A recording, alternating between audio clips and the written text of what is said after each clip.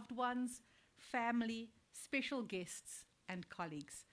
This is a proud and joyful, yet a landmark moment for all of you, for Professor Shongwe, for us here at UJ, and for higher education in South Africa and beyond. I don't know if those who are online can see the audience, but if you could see the audience, you would be able to recognize a few distinct people in the audience. And those are the people who are wearing red cloth. And when I came in and I looked at the red cloth, and it was explained to me that all Professor Shongwe's family have decided to wear the red cloth this evening, it told me a few things. It said to me that you wanted to be easily recognized as belonging to Professor Shongwe. And that means that you are very proud of him. And you want to share in this momentous and joyous occasion with him. And I think that is very special. And so for us, as we look at you and we easily recognize his family, I think, Professor Shongwe, you must agree, it is indeed a special moment that so many of your family members came all the way from Eswatini to come and share in this moment with you. I know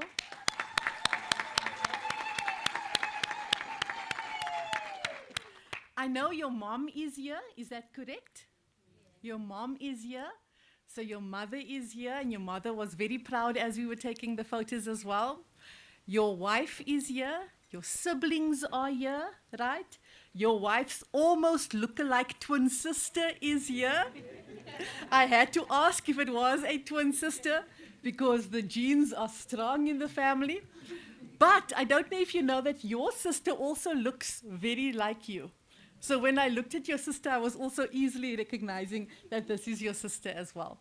And for me, I think that while this is a very academic procession, right? It's a very academic process. For us, many a time, it's one of the few times we get to share a moment like this with our family. Now, most of the time, my mother didn't know what I was saying in my professorial lecture. Not my sisters, nobody. But the pride when she was sitting in the audience certainly was a very emotional moment for us.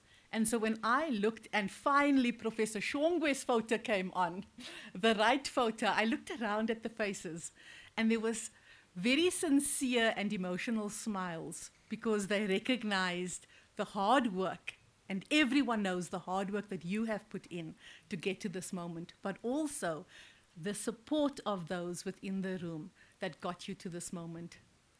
And so from my perspective, before I give the very, very professional speech, I wanted to recognize your family. And I wanted to recognize that this is a special and emotional moment, but a very proud moment as well. Can we just give the family a round of applause? And now I'll get back to the very professional speech that I have to give this evening.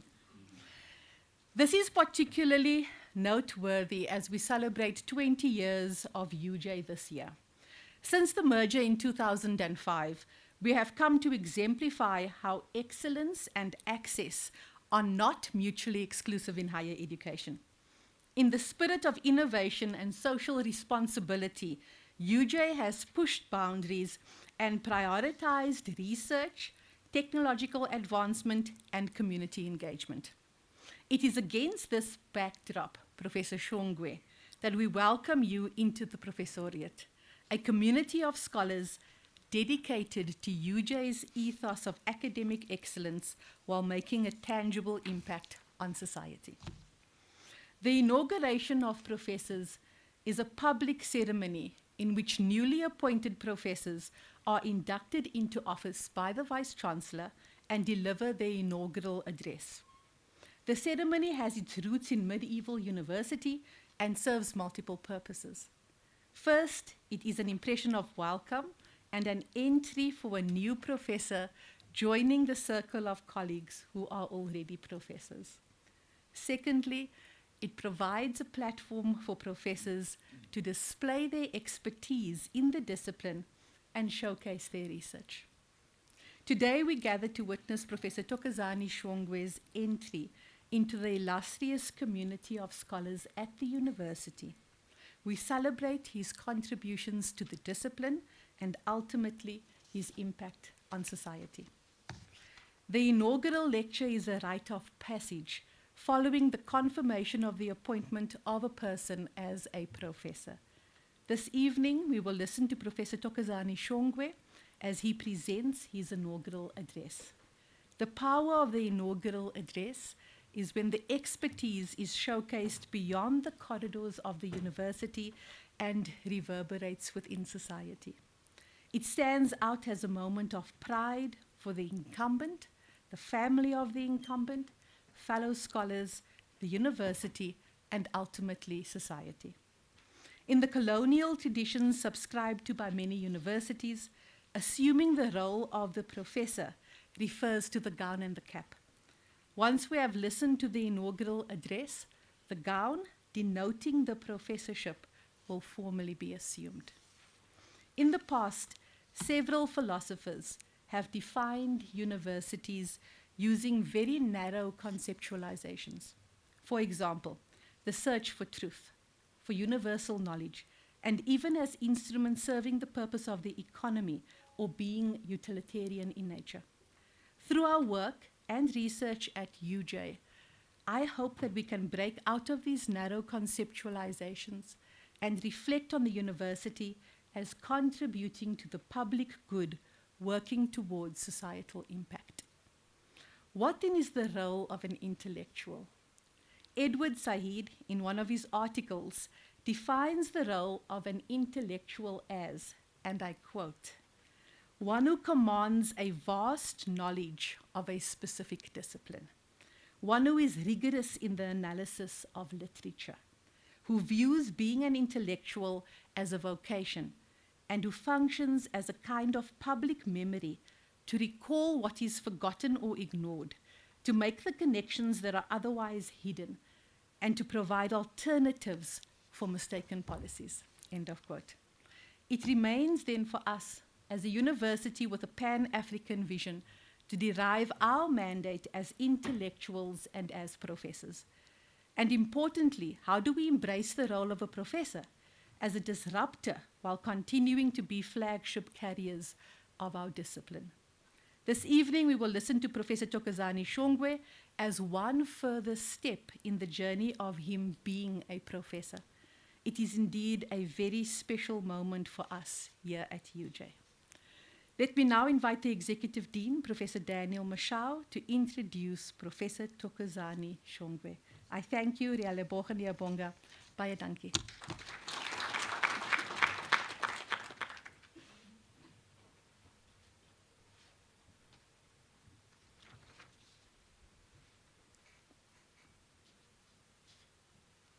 Good evening.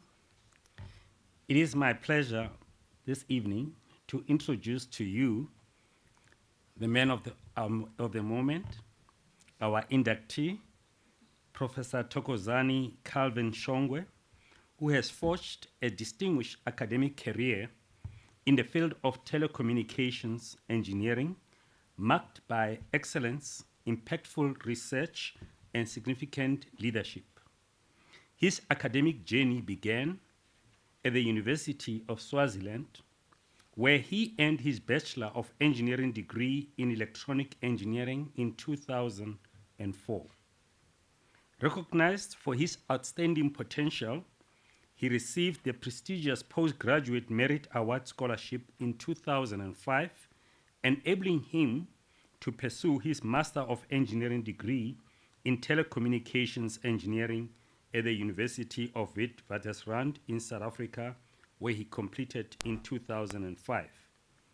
Driven by a passion for advanced research, Professor Shongwe continued his studies at the University of Johannesburg, culminating in the award of his Doctor of Engineering, DEng, degree in 2014.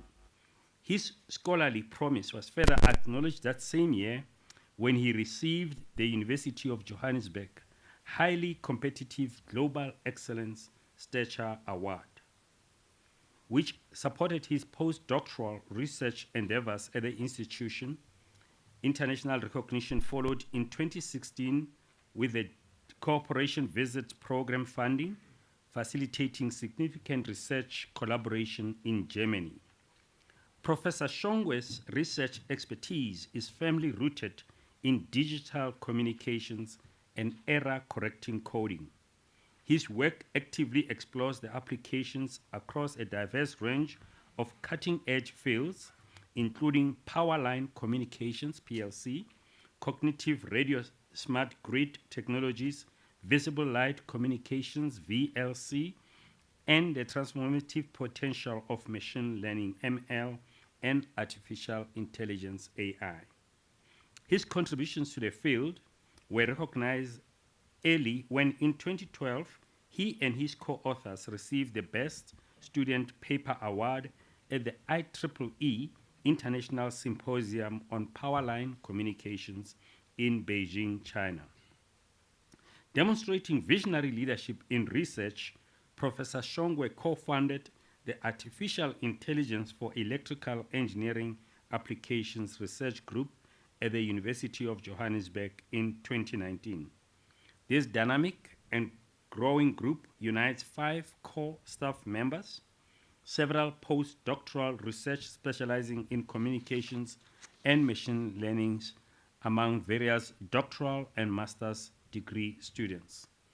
Their work pushes boundaries in the areas like PLC, VLC, and the applications of machine learning to PLC, power systems, agriculture, and object tracking. Currently, Professor Shongwe holds the position of full professor of telecommunications within the University of Johannesburg, Faculty of Engineering and the Built Environment. Concurrently, he serves as a faculty vice dean for research and postgraduate studies. In this vital leadership role, he shapes the strategic direction of the faculty research portfolio, overseeing the development and quality of our postgraduate programs, and fosters critical and crucial international partnerships and collaborations, solidifying his commitment to advancing engineering education and innovation of a global scale. We will now welcome Professor Shongwe to provide his professorial address. Thank you.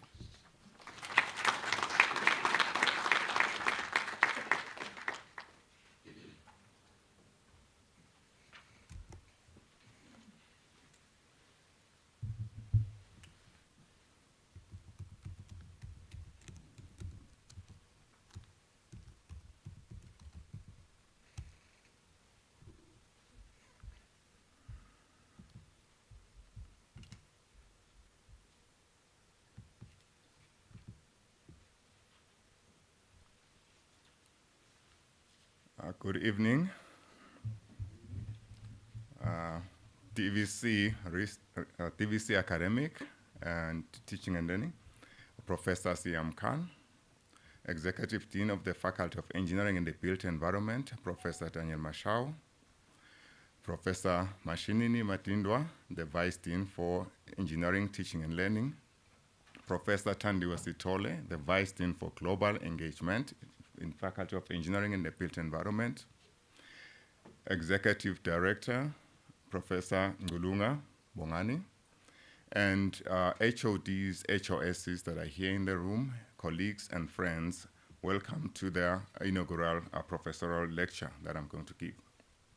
My lecture is entitled From Noise to Intelligence, intentionally so because we work in a smart system and I'm focusing on digital communications. Just to show a career path of where I've been, as you have heard from the executive dean from 2004 when I got my bachelor's engineering degree, and up to now, to this point, this is the career path. Before I go into the lecture, I would like to acknowledge the family and friends that are here. I have my siblings who are here. We call them people from my father's side. That's in our culture. There's a reason for that, you'll see. So we have my siblings. I've got 3 of them and 1 brother, and they are here. And thank you for showing up. And we also have my mom who's here. I'm proud that she's here. And we have also another family. My father had a brother, so the brother, the sibling, the wife is here as well, whom I call my mother as well. That is why I'm saying that's the other family from the other house, but they are actually a family as well. And there are 3 sisters there and a brother as well.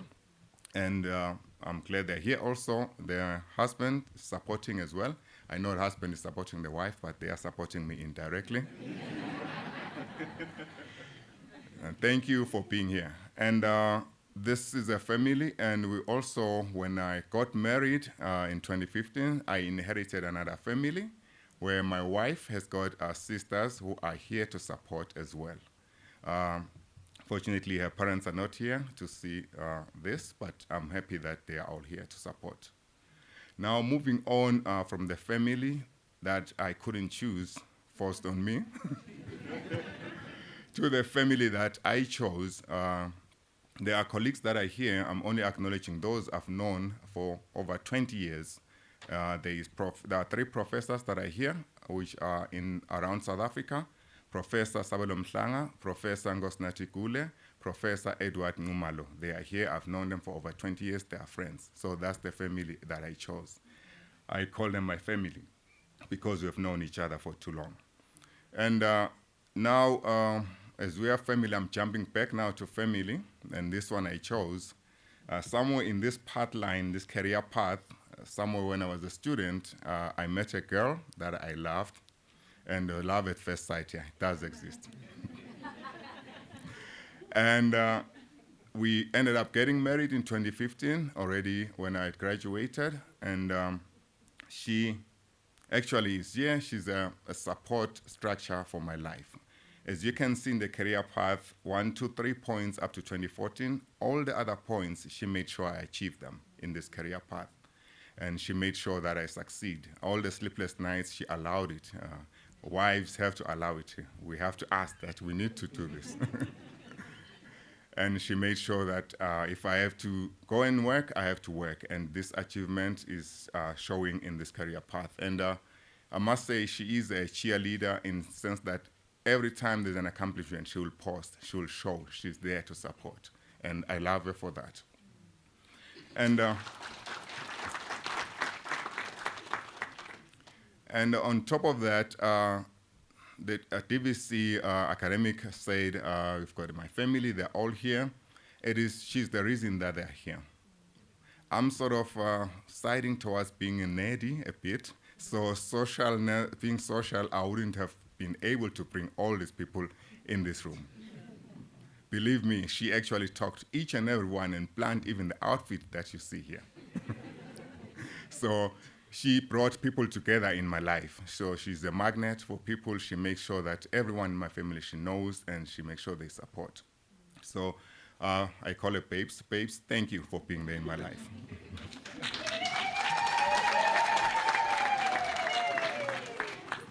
And now we have our beautiful daughter. I'm sure she's playing outside. She's also here. Oh, she's here. Her name is Unagogonke. They always say she looks like me. I hope she does. Yeah.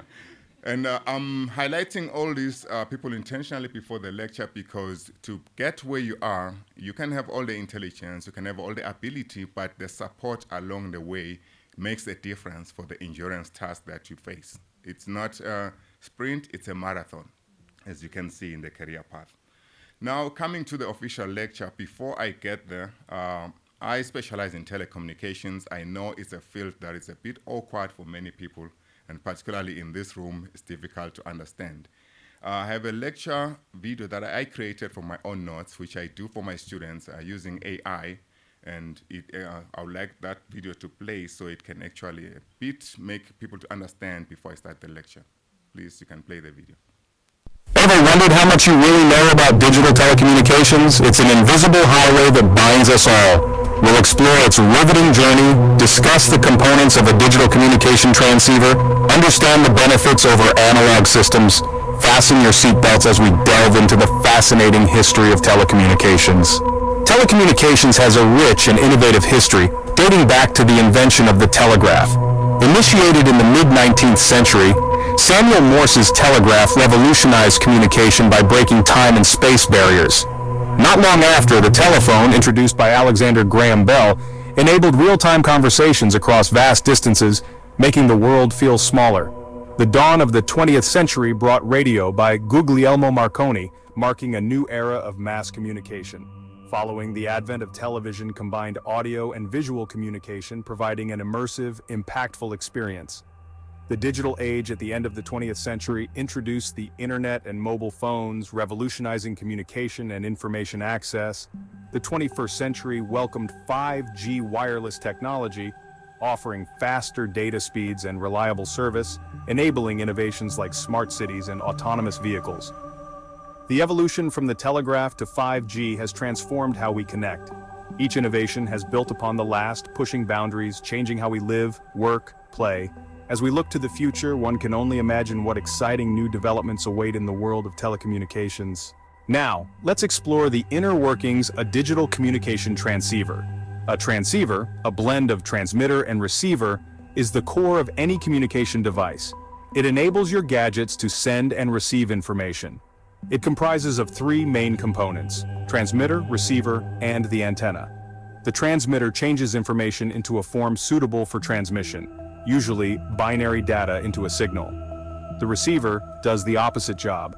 It deciphers the transmitted signal back into the original information form. Lastly, the antenna acts as the mouth and ears of the transceiver. It radiates the transmitted signal and captures incoming signals. Antennas vary in shapes and designs depending on the application. The source is the origin of the information before transmission, while the sink is where the decoded information ends up. Understanding these components is crucial in grasping how digital communication works. Communication doesn't happen in a vacuum. It follows specific pathways, like a highway system for information. Consider direct waves, a straight path from source to receiver. Ground waves hug the Earth's surface. Sky waves bounce off the ionosphere, and space waves operate above it for satellite communication. These paths enable our messages to travel near and far, connecting us with others around the globe. One common example of an analog communication system in telecommunications is the superheterodyne receiver. This particular receiver is a type of radio receiver that employs frequency mixing to transform a received signal into a fixed frequency. This process enhances signal processing. The superheterodyne receiver has several components, including an antenna, a radio frequency amplifier, a mixer, an intermediate frequency amplifier, a detector, and an audio amplifier. Each component has a unique role in signal modulation and demodulation. The antenna collects signal, which is then boosted by the radio frequency amplifier. The mixer, using a wave from the local oscillator, creates intermediate frequency signal. This signal is amplified, stripped of the carrier wave in the detector, and then boosted by the audio amplifier for output. By converting signals to a fixed intermediate frequency, the superheterodyne receiver enables us to tune into radio stations, access news broadcasts, or make phone calls. The superheterodyne receiver, an unsung, making our daily connections possible. Why has digital communication become the norm over analog systems? That's the question, isn't it? The answer lies in the many advantages digital systems provide. Let's consider signal quality. Digital signals offer clearer, sharper communication compared to analog. Think about listening to an old cassette tape versus a digital music platform. The quality difference is evident. Digital systems also offer increased capacity. They can compress multiple data transfers onto the same frequency, making them highly efficient. They adapt to different data formats, allowing us to enjoy a plethora of services, from streaming movies to online gaming, on the same platform. Digital systems ensure security with the right encryption, protecting your data from unauthorized access. Lastly, they are future-proof. As technology advances, upgrading digital systems is seamless.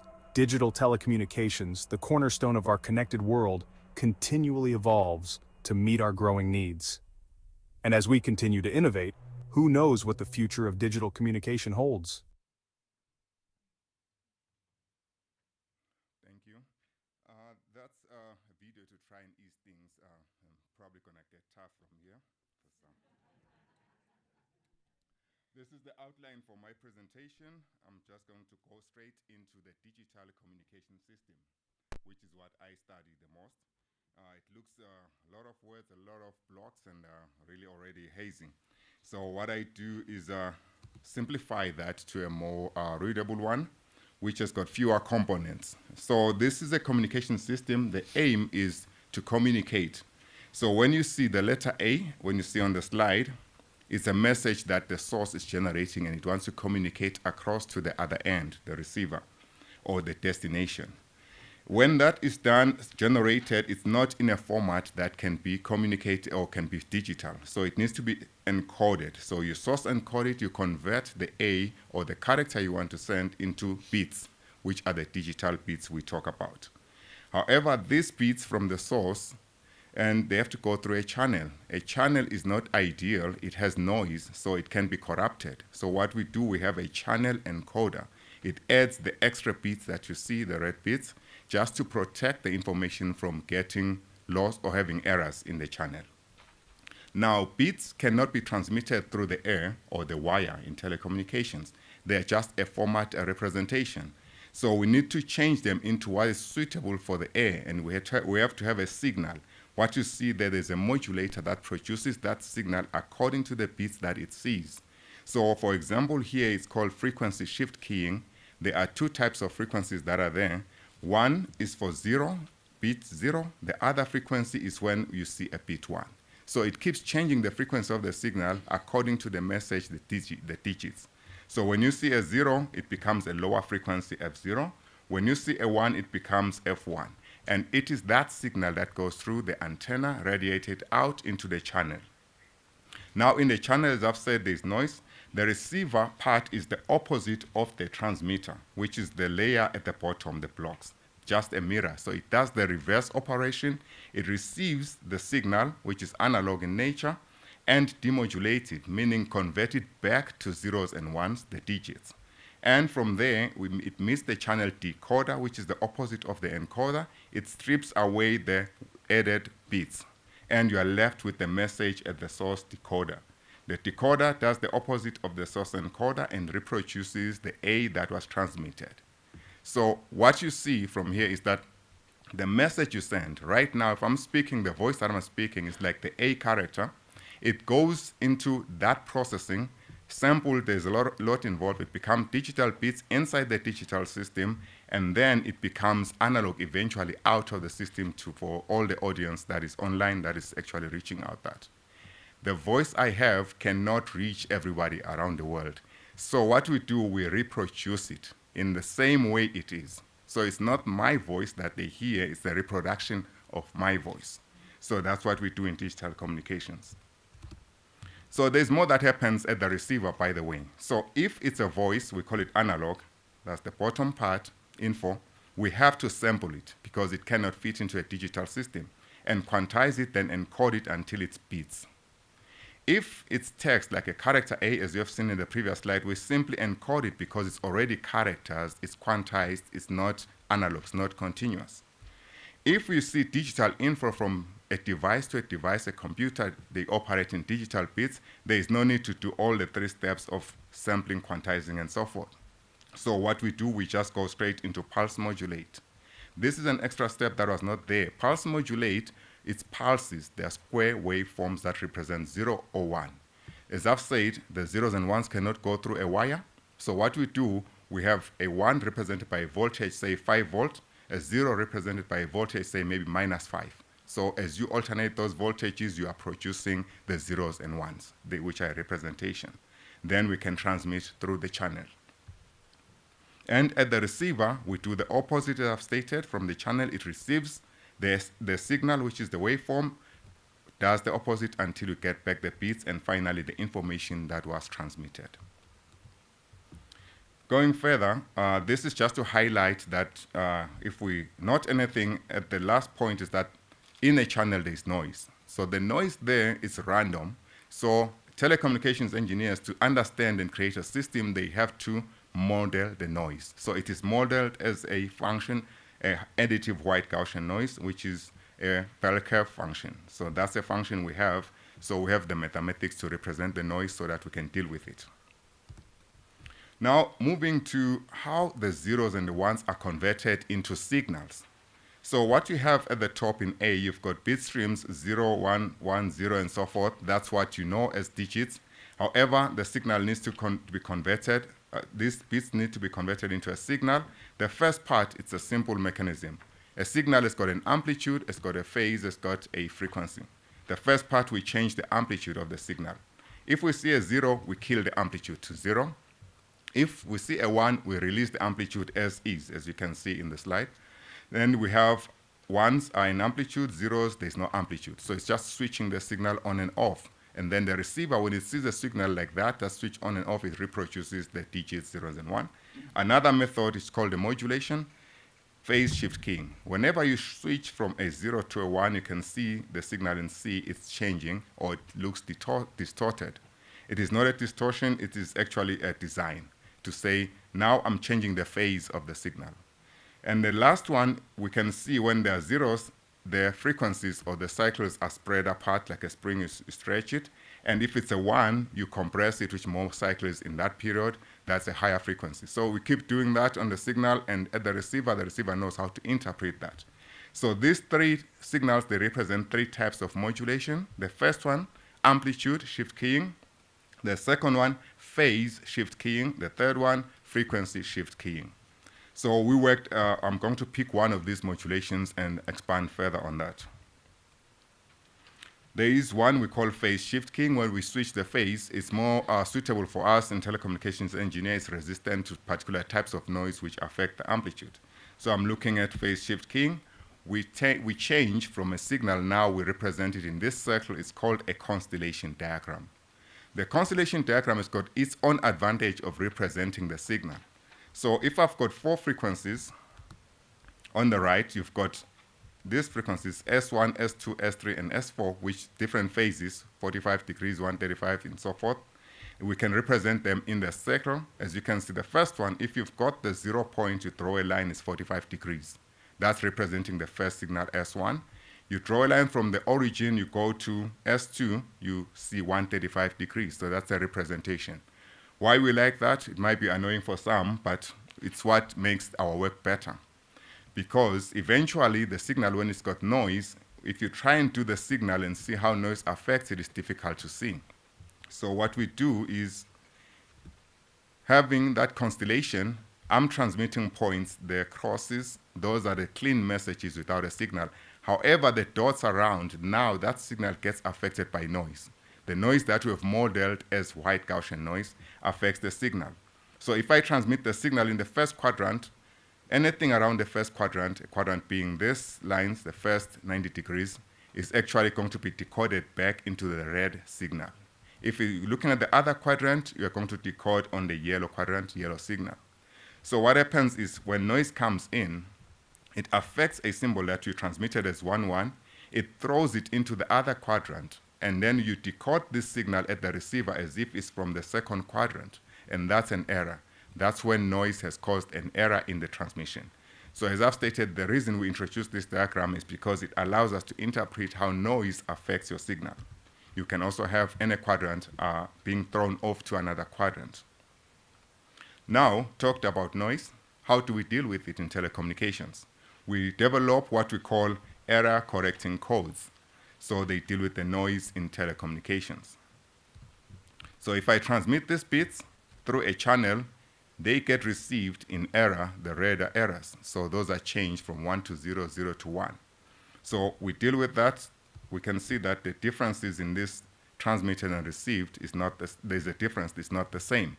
So how do we now say this is the message? Sometimes it fails, we cannot, we have to retransmit. However, the clever way is not to retransmit. If there is noise in a system, like in this room, if I'm talking and there's noise and people are talking, you may ask me to repeat. However, if we understand each other, you know my mind, sort of. You don't really need me to repeat so much because you can read from the noise what I've made. So that's the error correcting systems that we have. Some intelligence in the system to pick up in the midst of noise and correct that noise without retransmitting the signal. Here's an example. I transmitted University of Johannesburg. I receive errors, the red ones. As you can see in this part, you are clever enough because in your memory you have the words University of Johannesburg. Even if I cancel the transmitted and ask you, the received, what do you think that will be? You can easily look at it for a few seconds and say, this must be University of Johannesburg. So what you are doing exactly there, you are correcting the errors. So that's the intelligence of the system that we have. So it has a bank and memory knowledge of what the receiver can transmit possibilities. And then it works with that to correct the errors. So those, we call them error correcting codes. And error correcting codes have got what we call possible code words that are allowed. And those code words, meaning those are words in your vocabulary, and all of them, they form a code book. So what you have for all the vocabulary you've learned, you actually have a code book. That's what I will term it in telecommunications. So then you've got words that are closer to each other. Some are farther apart from each other. It's easy to distinguish them. When they're closer to each other, it becomes difficult for you to actually tell. So we have this system, a block code. Here's information which is encoded to code words. If you focus on the code words, there are 4 of them. If I receive the first one in A and I ask you, which one do you think is likely to have been the one that was sent from the code book, the code words? You go there, your mind immediately go and compare which one is closest to this code word in A. You look at it, they're all not the same as in the code book, but you can see the one closest, and then you pick that one, and chances are you are correct. So that's what the system does. It's a probabilistic system of actually detecting the errors. The same applies with the second one, you can easily pick. Now, moving on to another concept called minimum harming distance and how it achieves better error correcting capabilities. I work with different codes now. I work not binary, which is zeros and ones. I work with symbols 1, 2, 3, 4. So each code word is made up of a sequence 1, 2, 3, 4. So all these sequences that you see here, there are 24 of them. That's a full code book that I can use to transmit. The receiver also has the same in the memory. It knows what can be transmitted, but it doesn't know what the transmitter has transmitted at a particular point in time. So what we do, we work with what we call a distance. In these code books, I can pick 2 of them in the code book, 2134, 2143, and see the similarities, which is yes, yes. The differences are no, no. Those differences, we call them a harming distance. The differences is a harming distance. You'll see its role in future. So 2 differences are called a harming distance. And when we do that, the harming distance, the better the harming distance within a code book, the better the error correcting capabilities. How I make an example of that, DVC mentioned that my wife and her sister, they look like twins, which means if we're talking about harming distance, they've got a very, very small harming distance. They're very close. Now, if you try and get those and try and identify them, say, let's say you receive, you decode, tell us who is whom, and then I add some noise a bit, darkness a bit as noise for you to confuse you a bit, you likely choose the wrong person because they are very close to each other. If I take myself and my wife, I'm a male, she's a female, and I ask you to pick the difference between the two of us, even in darkness, you are likely going to pick because you've got too much difference between each other, which means a larger harming distance actually allows you to correct errors better and identify the right symbol or word that was transmitted. However, there's a penalty. There is no free lunch in telecoms, they say. So you've got a cardinality, or cardinality is another word. So the code book here has got a size of 24. We also call that a cardinality. Now, on the right-hand side, you see the only cardinality is 4, which means there are 4 code words. However, they've got a distance of 4, meaning from each other they differ significantly. So it's difficult for one to confuse, so it's easier to correct an error.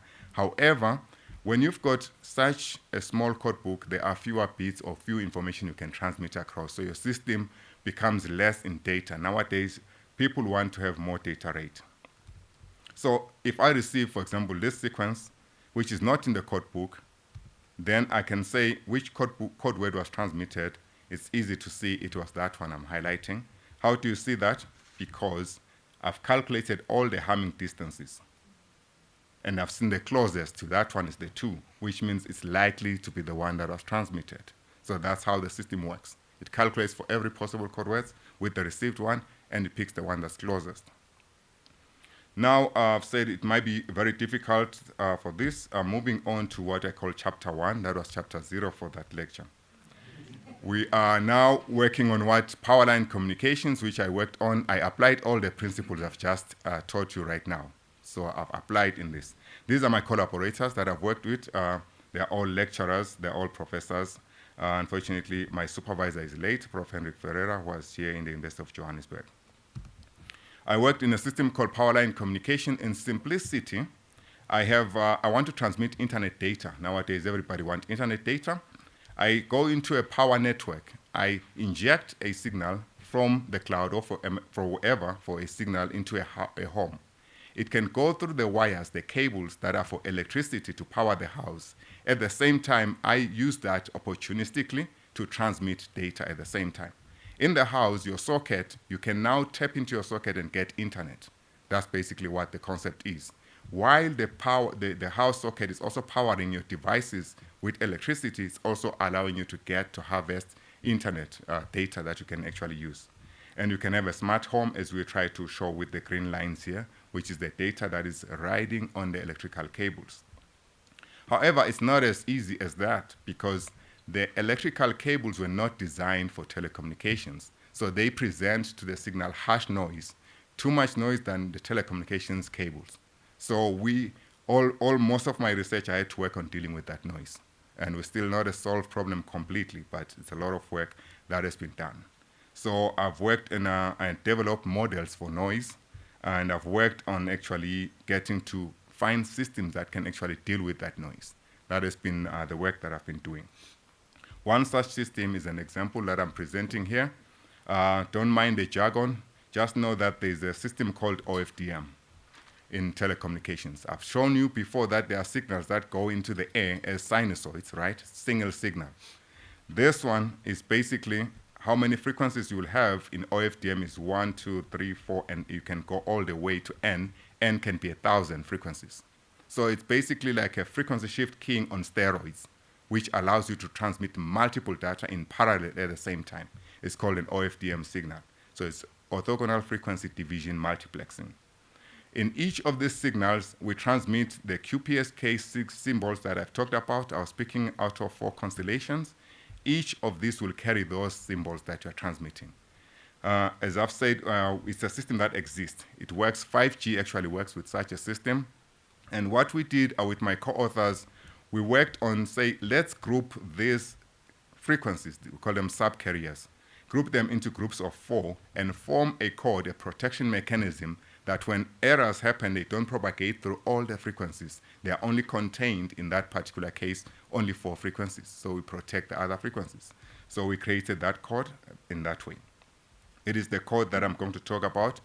It was actually motivated. No idea comes out of the blue. It was motivated by Dr. Wertz in Germany from Ulm University when I was studying there, when I was working in Germany. Now, we use our permutation code that I've discussed to actually form the short code that we have for those 4 frequencies. There's a code, we call it PC. Permutation code says each sequence must show a symbol once and only once, meaning I can have 1, 2, 3, 4 in a particular slot.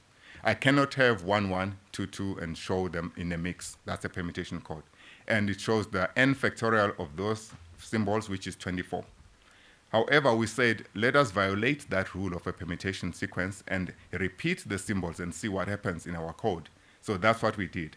We did that. We had a bigger cardinality. We're adding more code words now. However, the distance, which is also important for error correction capabilities, was compromised.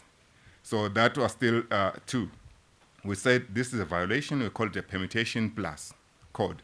Then we added more sequences that are even a further violation, which we actually repeat even more, and we're able to remove some sequences and achieve a higher minimum distance, which means better error correcting capabilities.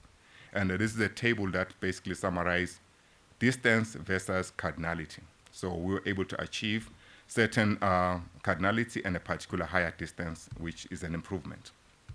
And we decode those code words using our own mechanism that we use, soft decision rather than hard decision. Soft decision, you may think of, you don't want to make a decision now that is hard and say no. You can say, I want to do this, maybe later I can do it later. That's a soft decision you're trying to make. So the system can also do that. So our codes actually went further and got to be involved into another code called a Reed-Solomon code that exists. So we had to put them together. So because we can't work in isolation. Why are we introducing another code that works with our code? It's because in the power line communication, there is a standard system, I'll just show it now, called PLC G3. This is a system. This exists, it operates in the world for power line communications, called a PLC G3. So we propose that we can actually reduce the complexity of that system with our coding skills. So we actually blocked off most of the parts there in the code, and we introduced what we call our short code. So it improved the complexity. Basically, if they allow us to use that system, it will be cheaper than the current one. The next system that is called Prime is also approved in the standard. It's operating in devices that are operating in power line communications. We went further and also reduced that complexity into just a simple block.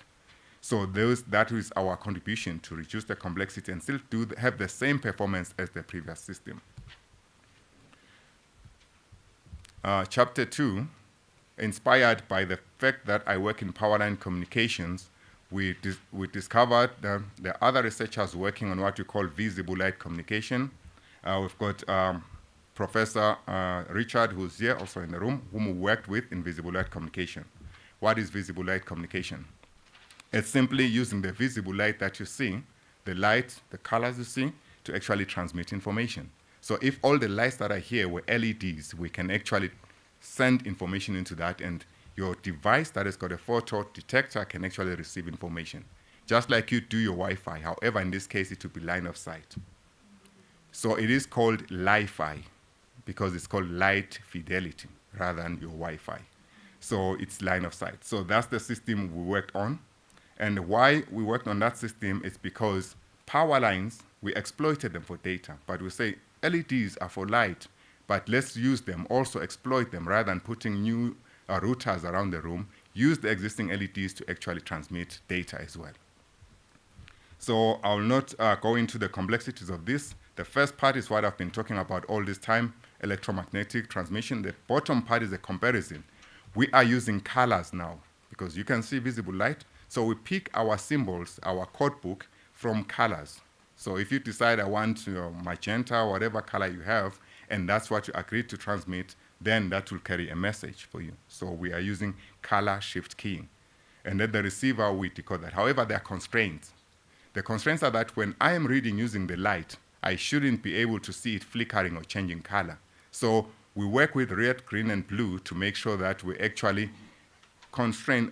Sure, most of you have studied in primary school that RGB, red, green, and blue, combine them, they can form white light. In fact, all the colors we have are coming from those three primary colors. So that's the concept we have here. So we combine those colors to form, but we try to work as close as possible to the white light because you need it to see, you need it to read. But we want you to be oblivious of the fact that we are transmitting data while you read.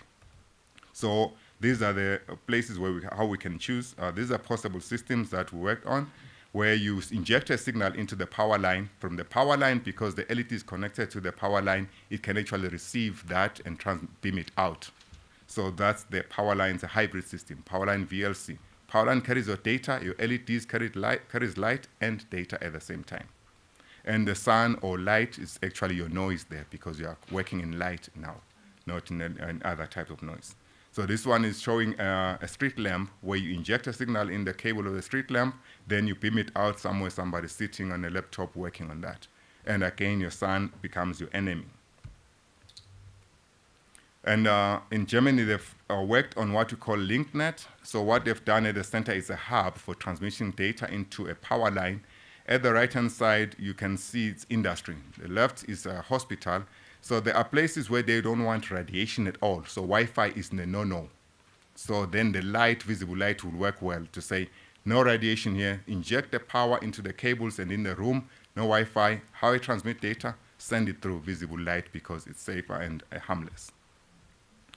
I'm not going to go into how we did that because that's what the slide I prepared, where we can actually see that It's not a straightforward path. We worked with phase shift keying, but we had to bridge a gap into colors, RGB.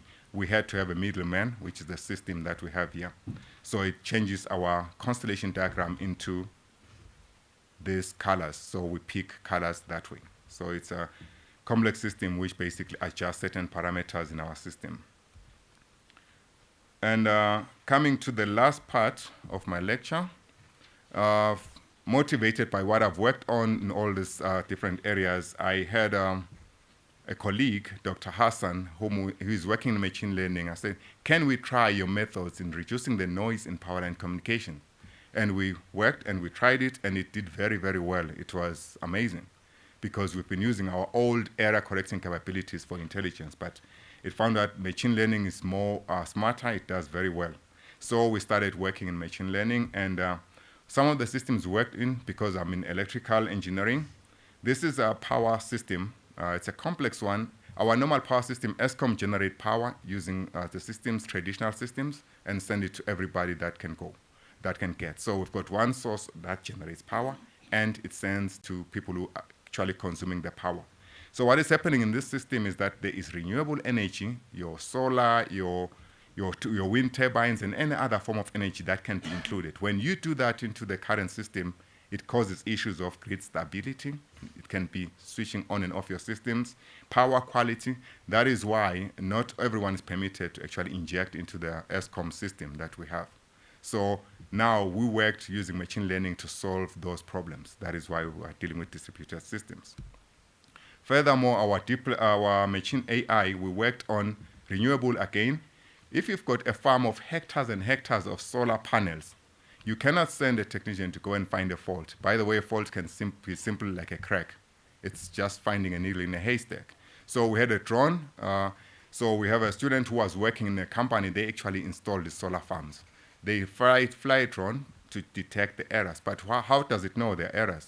We had to use deep learning to actually train it to know what are errors and what is healthy solar panels. And that's what we've actually published. And also we went on to wind turbines. They get corroded, they can be snow, there can be other issues in the wind turbines. We apply the same idea. And lastly, I worked also on machine learning in a different field now altogether, in agriculture. In South Africa, we've got a place called the Maize Triangle. The Maize Triangle allows us to actually farm most of 80% of our maize in South Africa. And that Maize Triangle, we discovered with machine learning that if you go down, go through the years and climate change doesn't change and gets worse and worse, it actually is going to disappear by 2080. So that's what machine learning projects. It's a sad scenario, but as you see in the diagrams that you have, the last one, you can see there's just a dot, a blip there that shows viability of maize in South Africa. We are hoping that it will probably shift in another area, let's hope so, but it's a bleak one. So this is just a summary of my presentation. Thank you.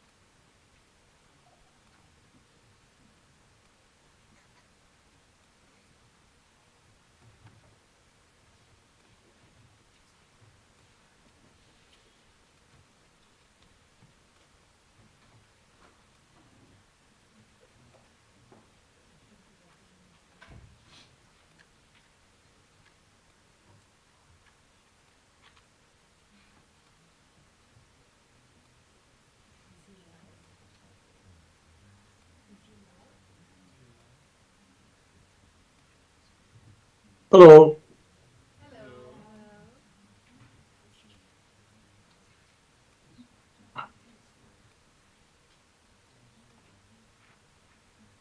You can continue, Professor.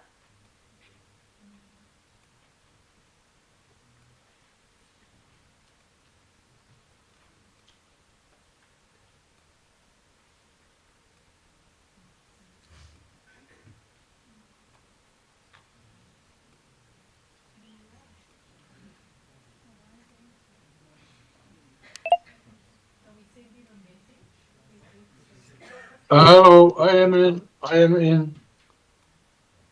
But let me see. Yeah. Can you hear me? Yes. Can you hear me? Yes. Okay. Tell me when I can start. I can start. Okay, thank you. Good evening, ladies and gentlemen, friends, esteemed colleagues, distinguished guests, and honored members of the academic community.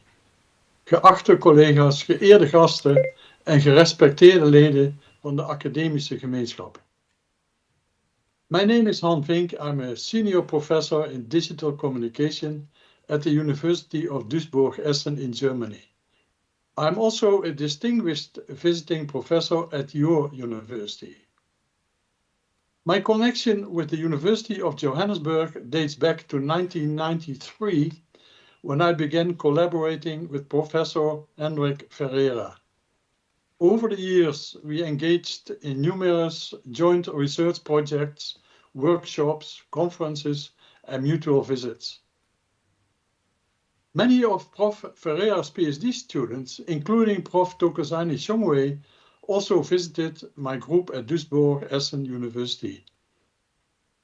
As a result of his German visit in 2012, Prof. Shongwe and his co-author Victor Papilaya won the Best Student Paper Award at the IEEE 2012 Powerline Communications Conference in Beijing, in China, as it was mentioned before.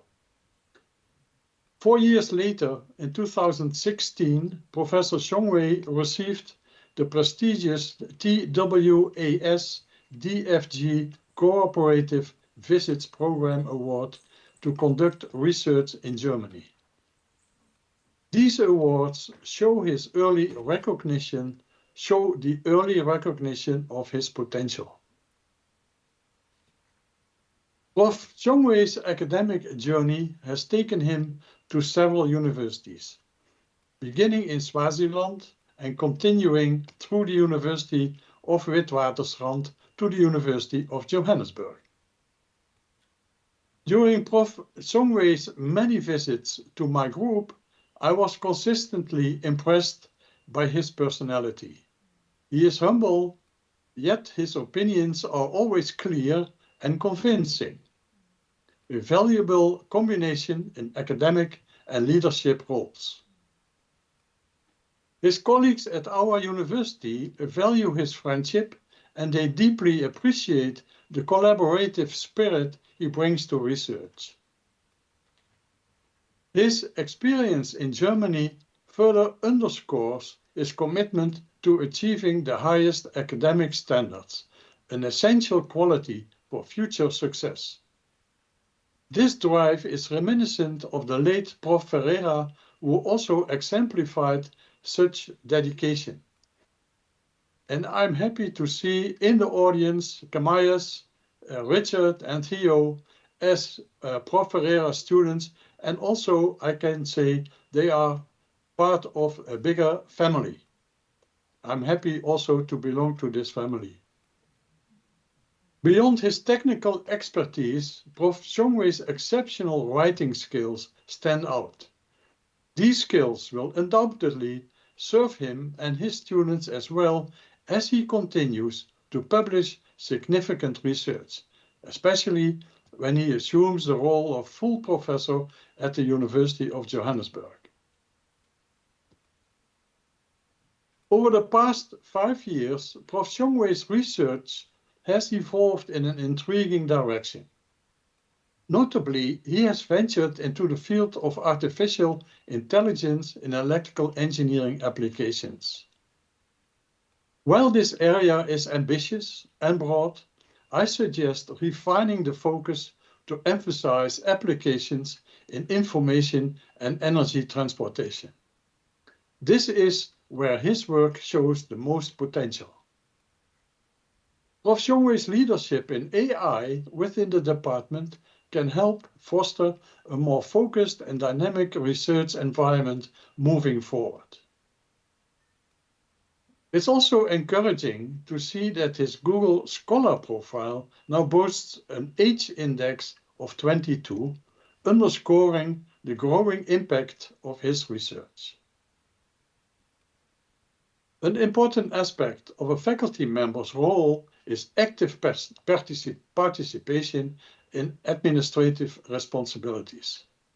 Prof. Shongwe has made a significant contribution in this area by accepting the position of Vice Dean.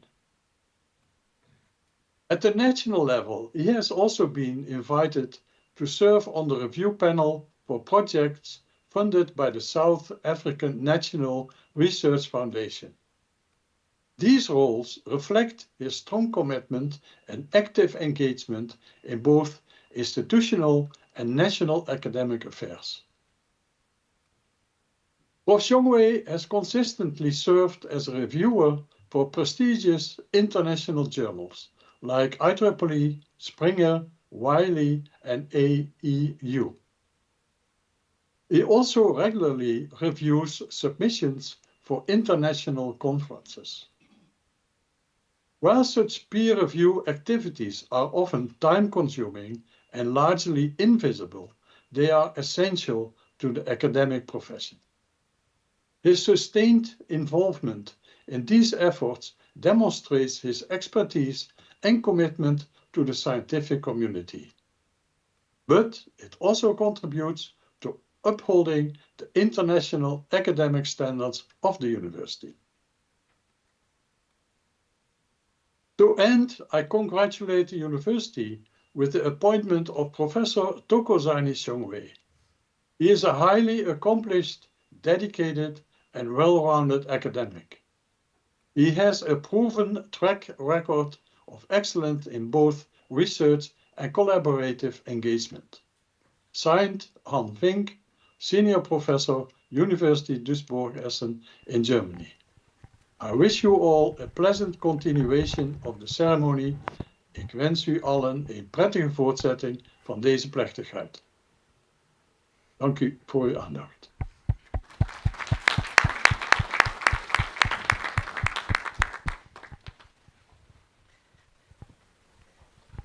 Could I please ask that Professor Shongwe's two mothers and his wife join us as well? Professor Shongwe.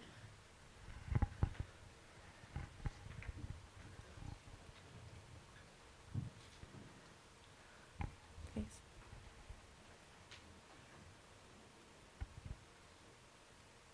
I think it's always nice to involve family in this special moment. Please, Ma. Daniel, thank you.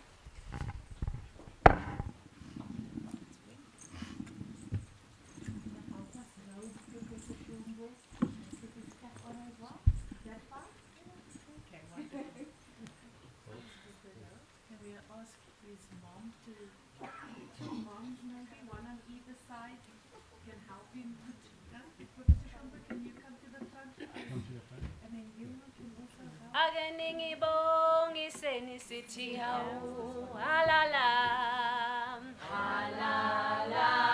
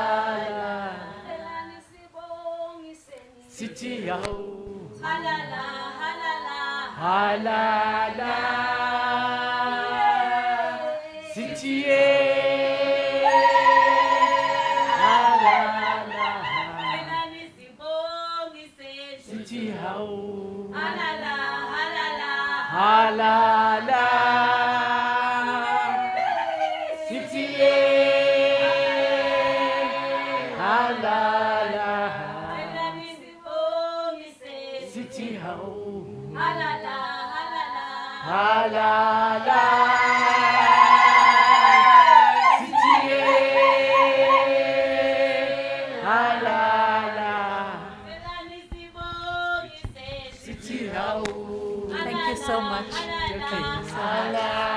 Thank you so much.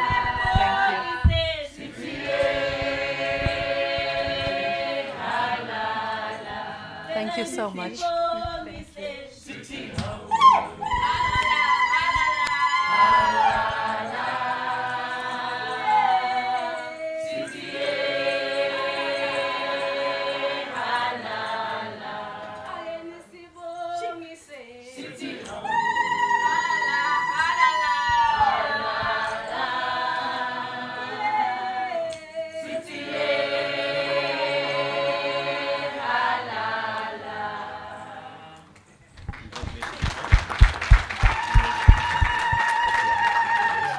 Colleagues, honored guests, can we give Professor Shongwe a round of applause, please?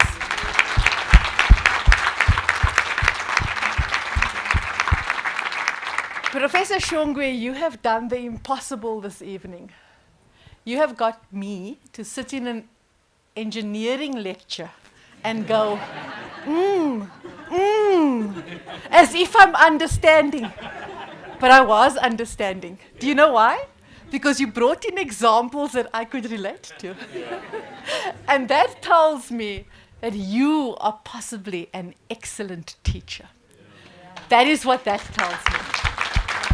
And that I am very proud to have you as part of our academic staff.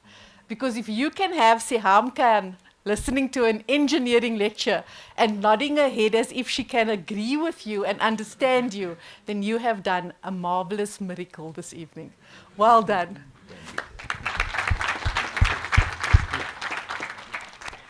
So, honored guests, we have reached the end of the program. To those who have also joined us online, thank you very much for joining us online. I want to invite those in the room with me to please join me in the lounge area for some refreshments. And thank you for making the evening so memorable and enjoyable. Thank you so much, everyone.